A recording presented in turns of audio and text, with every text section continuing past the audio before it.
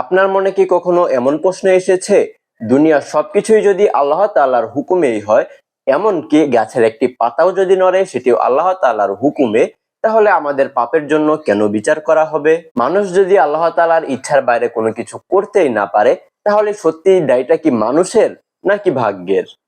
এই বিষয়ে আজকের এই ভিডিওতে আলোচনা করার চেষ্টা করব। ফিরে আসছি ইন্ট্রোর পরে।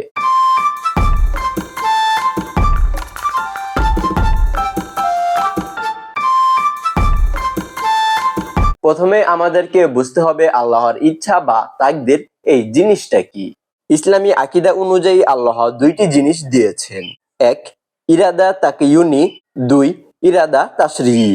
ইরাদায়ে তাকিয়ুনি অর্থাৎ সৃষ্টিগত ইচ্ছা, মানে সূর্য পূর্ব দিকে উঠে পশ্চিম দিকে অস্ত যায়। এছাড়াও আমাদের জন্ম মৃত্যু, এই সকল বিষয়বস্তুগুলোতে কিন্তু আমাদের কোনো হাত নেই। এক কথায় ইরাদায়ে তাকিয়ুনি অর্থ হচ্ছে চিরন্তন সত্য বা ইউনিভার্সাল ট্রুথ। ইরাদায়ে তাশরিঈ অর্থ হচ্ছে বিধানগত ইচ্ছা। এখানে আল্লাহ আমাদের ভালো মন্দের পথ দেখিয়েছেন, কিন্তু কোনো কাজ করার জন্য বাধ্য করেননি। ধরুন একজন শিক্ষক জানেন যে তার ক্লাসের কোন ছাত্রটি ভালো পড়াশোনা করে আর কোন ছাত্রটি ভালো পড়াশোনা করে না। এখন যদি তাদের ভিতরে একটি পরীক্ষা নেওয়া হয়, স্বাভাবিকভাবেই যে পড়াশোনা করে না সে খারাপ রেজাল্ট করবে, আর যে ভালো পড়াশোনা করে সে কিন্তু ভালো একটা রেজাল্ট করবে।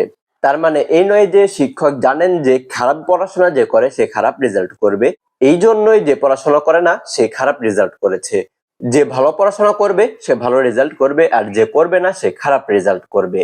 এর সাথে কিন্তু শিক্ষকের কোনো সম্পর্ক নেই।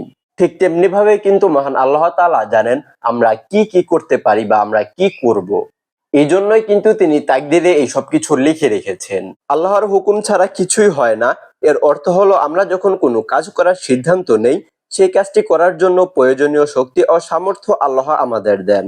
ধরুন আপনি একজনকে সাহায্য করার জন্য হাত বাড়িয়েছেন, এই হাত বাড়ানোর ক্ষমতাটা কিন্তু আল্লাহ তাআলা দিয়ে থাকেন।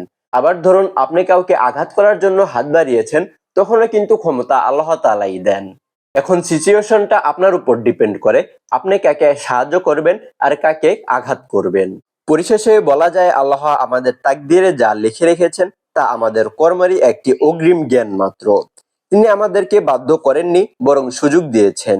বিচার দিবসে শাস্তি বা পুরস্কার হবে আমাদের ইচ্ছার উপর ভিত্তি করে। এই বিষয়টি নিয়ে কি আপনার মনে আরো কোনো প্রশ্ন রয়েছে? চাইলে সেটি কমেন্ট বক্সে জানিয়ে দিতে পারেন। আর এই ভিডিওটি শেয়ার করে আপনার বন্ধু বান্ধবের মাঝে ছড়িয়ে দিবেন, তারা যাতে এই ভুল থেকে বের হয়ে আসতে পারে। সো আজ এই পর্যন্তই, দেখা হচ্ছে নতুন ভিডিওতে। সে পর্যন্ত ভালো থাকবেন, সুস্থ থাকবেন।